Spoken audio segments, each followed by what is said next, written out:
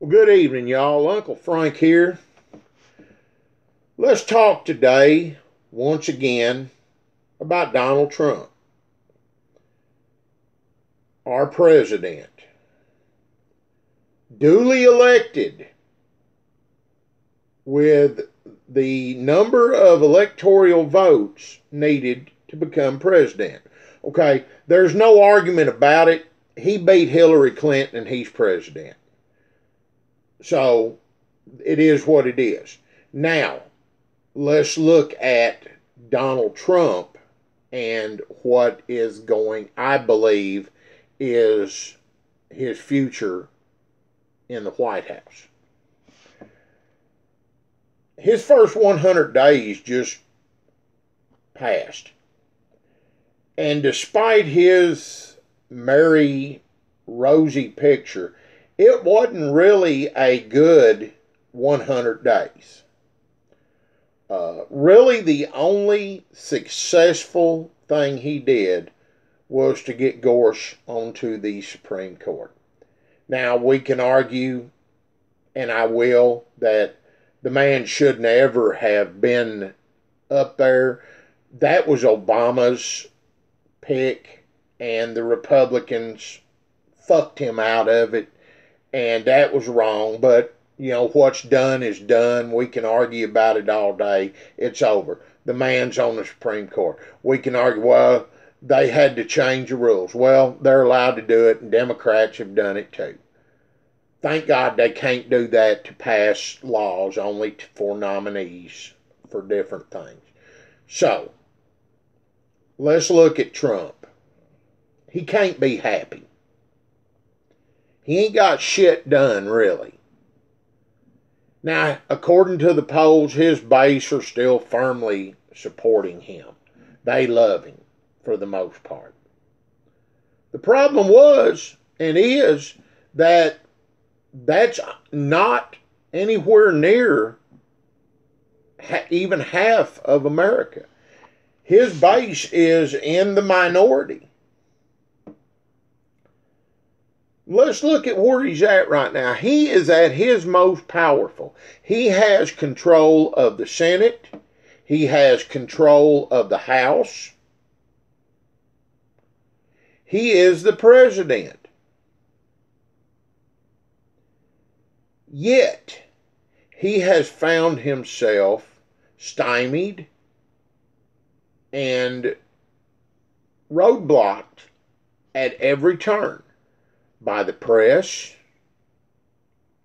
by members of the government who don't agree with him and have leaked things, by the courts who have overturned his terrible attempts to discriminate against people on the virtue of their religious beliefs.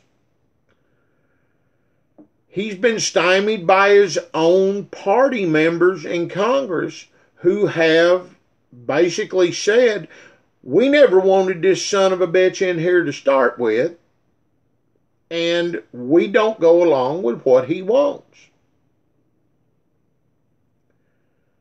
So even at his most powerful time, which is right now, he has been impudent.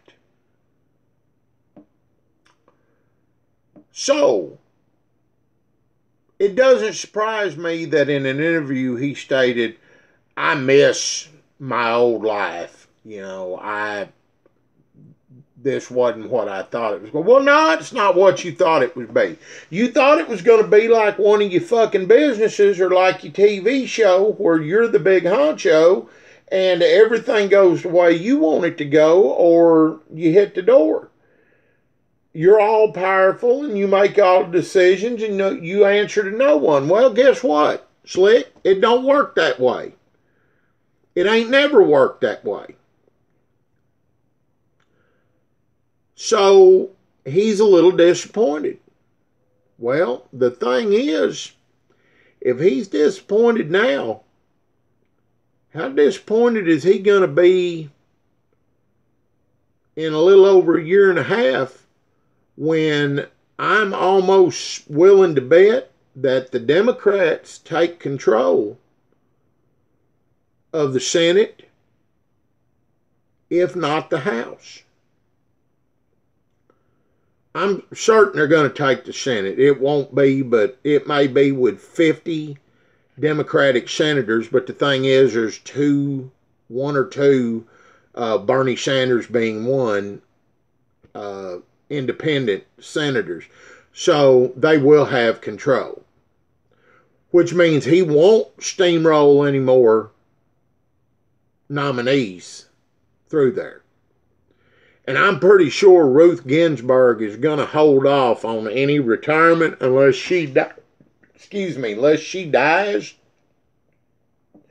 Her or Kennedy ain't retiring until they see the results of the next election. He's not going to be able to run things through.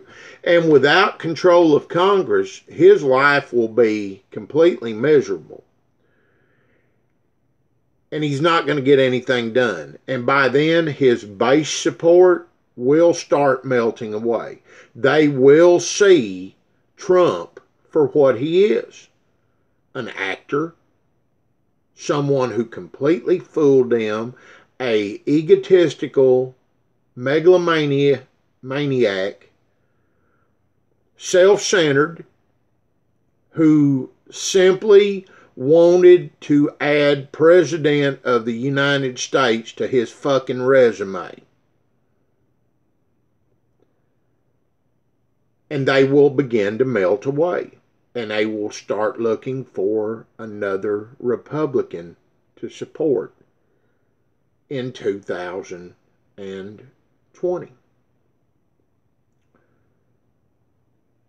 And at that point, I believe Donald Trump will make it quite plain that he's not interested in running for another term. And I wouldn't be a bit surprised if he pulls a Sarah Palin, because you remember Sarah Palin, after she lost out for her chance for vice president, she was still governor of Alaska, but she decided she could make more money on the talk show circuit and working for Fox, or, being a contributor to Fox. So what did she, and she didn't want to fool with everyday government. It was boring. So what'd she do? She resigned. I wouldn't be a bit surprised to see Donald Trump do the same thing. Because you know what? When it basically comes down to it, he's a quitter. And he will not last. And then we'll end up with Mike Pence for the rest of the term, if he makes it, if he quits. And then I don't know who we'll get for the next president. I don't know who the Republicans will run. Right now, I don't know who the Democrats would run. And that's another interesting little talk to have in the future, because I have some opinions on that.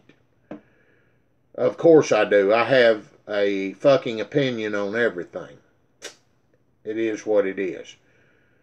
So basically, if he can't do nothing right now at his most powerful, the future does not bode well for Mr. Trump. I'm Uncle Frank.